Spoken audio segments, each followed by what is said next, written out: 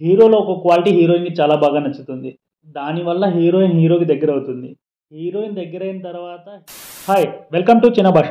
ఇవాళ నేను నా ఒపీనియన్ చెప్పబోయే మూవీ నేమ్ వచ్చేసి 'మద్రాసి'.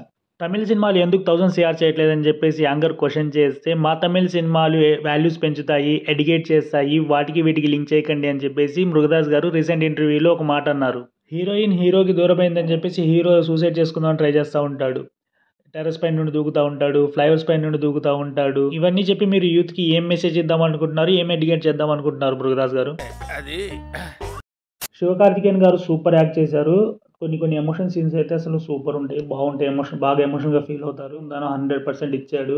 అండ్ 'రుక్మిణి వసంత' గారు కూడా చాలా బాగా యాక్ట్ చేశారు. అండ్ వీళ్ళిద్దరి పేర్ చాలా బాగుంటది. వీళ్ళ మధ్య ఎమోషనల్ సీన్స్ గానీ, లవ్ సీన్స్ గానీ చాలా బాగుంటాయి. వాళ్ళ ఎన్ఐఏ ఆఫీస్‌లో ఒక ఫైట్ సీన్ ఉంటది. అది చాలా క్రేజీగా ఉంటది. హీరోకి ఒక ప్రాబ్లమ్ ఉండడం, దాన్ని ఎన్ఐఏ వాళ్ళు యూజ్ చేసుకోవడం, ఆ పాయింట్ నాకు చాలా బాగా అనిపించింది. హీరోలో ఒక క్వాలిటీ హీరోయిన్‌కి చాలా బాగా నచ్చుతుంది.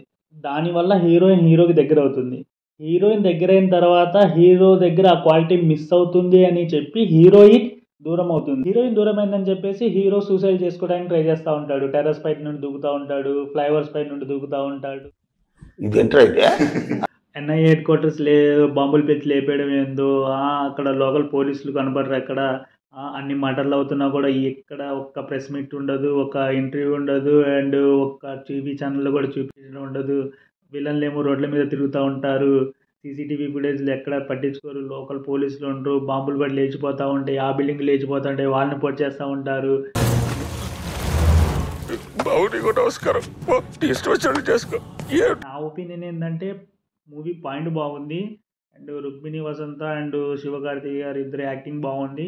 వెళ్ళి చూడొచ్చు వన్ టైం.